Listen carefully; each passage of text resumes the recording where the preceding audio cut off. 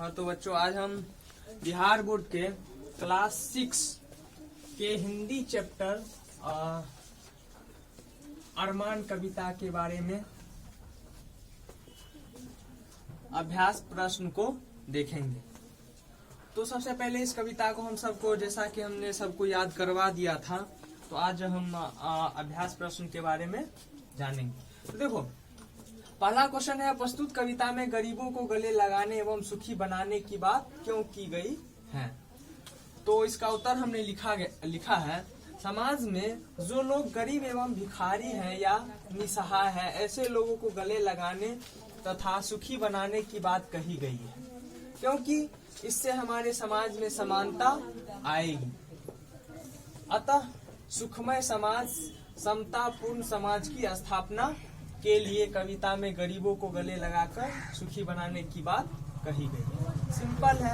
अगर मान लो हम अगर लाइफ में कुछ अच्छा कर लेते हैं, तो अगर हमारे समाज के लोगों को लोग क्या है, अगर गरीब है तो हमें उसको भी साथ लेके चलना चाहिए, ताकि हमारे समाज में क्या होगा, एक समानता मिलेगा, जिससे क्या होगा,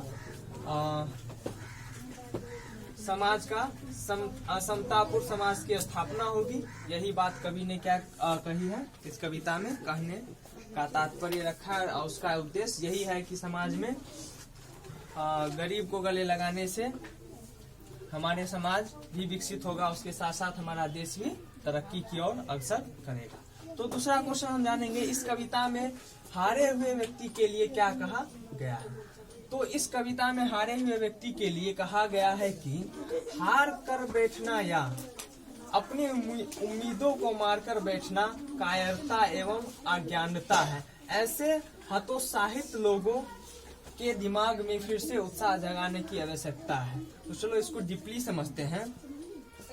तो इस कविता में ये कहा गया, हारे हुए व्यक्ति के लिए यह कहा गया है कि मान लो अगर जो ये सोच लिया है कि अब हम अपने लाइफ में कुछ नहीं कर सकते, ये मेरे संभव की बात नहीं है, तो ये गलत है। ऐसा सोच रखने वाले व्यक्ति के लिए ये गलत है। अगर हम शिक्षित हैं तो हम उसे जागृत, उत्साहित कर सकते हैं कि हम भी आदमी हैं और तुम भी आदमी हो, हम जो कर सकते हैं तुम भी कर सकते हो। तो हम उसको उत्साह जगाकर उसे अपने कामों में प्रोत्साहित करेंगे, जिससे कि हमारे समाज में क्या होगा, एक समानता पूर्वक समाज का निर्माण होगा, समता पूर्वक समाज का निर्माण होगा। नेक्स्ट क्वेश्चन है, इन पंक्तियों के भाव स्पष्ट कीजिए। पंक्ति है, रोको मत आगे बढ़ने दो, आजादी के दीवाने हैं हम, मातृभूमि की सेवा में अपना सर्वस्व लगाएंगे। तो इसका उत्तर हम यहाँ पे लिखे हैं, आजादी हमारी अविशिष्ट मतलब कि क्या है, प्रिय वस्तु है।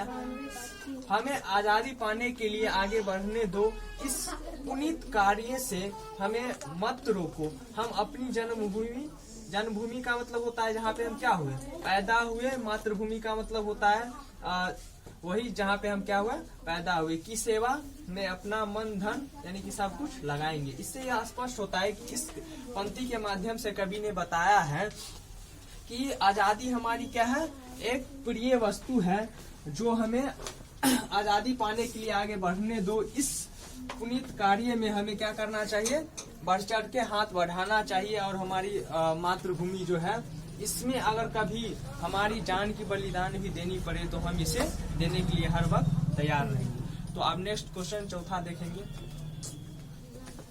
नंबर 4 को देखेंगे। क्वेश्चन नंबर 4 है, बूढ़े और पूर्वजों का मान बढ़ाने के लिए हमें क्या क्या करना चाहिए?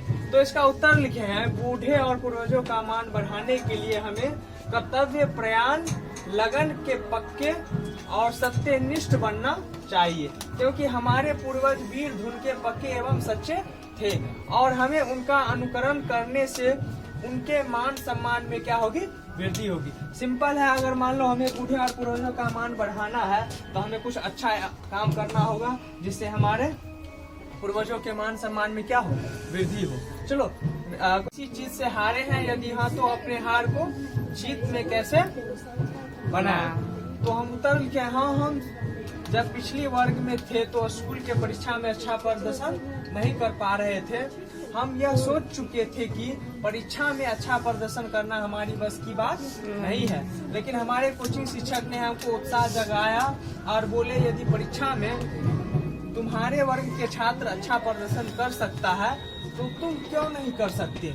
जिससे हमें क्या आया, हिम्मत आई और वर्ग 6 में मैं पूरे वर्ग में प्रथम आया। तो सिंपल है, अगर मान लो कोई उत्साह जगाने वाला हमें मिल जाता है तो हम कुछ अच्छा कर सकते हैं। क्योंकि मान लो कोई भी व्यक्ति अगर या जो है वर्ग का स्टूडेंट अगर वो सबसे तेज है तो उसके पीछे का कारण क्या होता है, मेहनत करता है तो तेज है। तो हम क्यों नहीं कर सकते जब वो मेहनत करता है।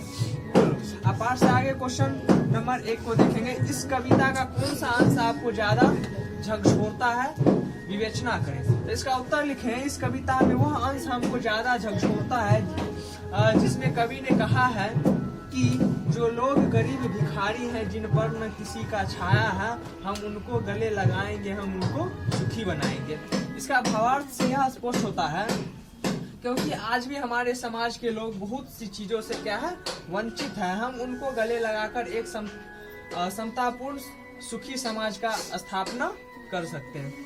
तो अगर हम समाज में गरीब को गले लगाकर अगर उत्साह जगाकर अगर आगे बढ़ाते हैं तो इसके साथ साथ हमारा समाज का भी विकास होगा और हमारे देश भी तरक्की की ओर अग्रसर करेगा। हाँ तो बच्चों, आप पाठ से आगे हम दूसरा क्वेश्चन देखेंगे। आपके भी कुछ शौक या अरमान होंगे, उनको पूरा करने के लिए आप क्या करना चाहेंगे। तो हम उत्तर लिखे हैं, हमारा भी शौक या अरमान है वह है जिसमें क्या हो, समतापूर्ण सुखी समाज का क्या हो, स्थापना करना। और दूसरा जो बात होता है, जो लोग समाज में क्या है, गरीब है, जिनको मदद कोई नहीं करता, ऐसे लोगों की मदद कर उन्हें सुखी बनाना हम अपना कर्तव्य बनाना चाहेंगे। तो सबसे पहले हमारा जो सबसे बड़ा अरमान होगा ये होना चाहिए कि हमारे समाज में जो भी लोग पिछड़े हैं और गरीब है उसको भी साथ साथ लेके चलना चाहिए। यही मेरा क्या होगा, कर्तव्य होगा और सबसे बड़ा अरमान भी। तो तीसरा क्वेश्चन है, जन्मभूमि या मातृभूमि के प्रति कैसा लगाव होना चाहिए। तो क्वेश्चन पूछ दिया जन्मभूमि। जन्मभूमि मतलब जहाँ पे हम क्या हुए, पैदा हुए, जिस देश में हुए या जिस गाँव में हुए, उसी को हम क्या कहते हैं, जन्मभूमि कहते हैं। तो वहां से हमारा लगाव कैसा होना चाहिए। तो इसके उत्तर लिखे, जन्मभूमि या मातृभूमि के हमारा सेवा का लगाव होना चाहिए, क्योंकि जन्मभूमि से बढ़कर कुछ नहीं है। अतः जन्मभूमि के सेवा में या उसके उत्थान में हमें तन मन धन सब कुछ लगाना चाहिए। श्री राम ने भी कहा था कि लक्ष्मण, माता और जन्मभूमि स्वर्ग से भी रोक देता है। श्री राम ने भी कहा था कि लक्ष्मण, माता और जन्मभूमि स्वर्ग से भी क्या है, अधिक सुखकारी है। उन्होंने संस्कृत में कहा था, जननी जन्मभूमिश्च स्वर्गादापि गरीयसी। यानी इसका मतलब ये हुआ कि हमारा जो जन्मभूमि है वो स्वर्ग से भी अधिक क्या है, सुखकारी है। लेकिन हम इसे क्या करें, अगर अच्छे तरह से क्या समाज को एक समतापूर्ण और सुखी बनाने का प्रयत्न करें तब। चलो तो क्वेश्चन नंबर 4 देखेंगे। यदि आप चाहते हैं कि देश आप पर अभिमान करे तो इसके लिए आपको क्या करना चाहिए। तो इसके लिए क्या करना चाहिए, चलो पढ़ते हैं तो पता चलेगा। हम चाहते हैं कि देश हम पर अभिमान करे, इसके लिए हमको अपने आप में देवत्व गुण लाना होगा। अब देखो, देवत्व गुण का मतलब होता है देवों वाला गुण लाना होगा। देव का मतलब क्या, जो भगवान थे, जो देवता सब थे, उसमें क्या था, सत्य बोलने की क्या थी, एकदम सत्य बोलने की आदत थी। और जो जो उसके अंदर गुण था उसे हमें क्या करना होगा, अपने अंदर उतारना होगा। दीन दुखियों की सेवा तथा हतोत्साहित लोगों का उत्साह बढ़ाना होगा।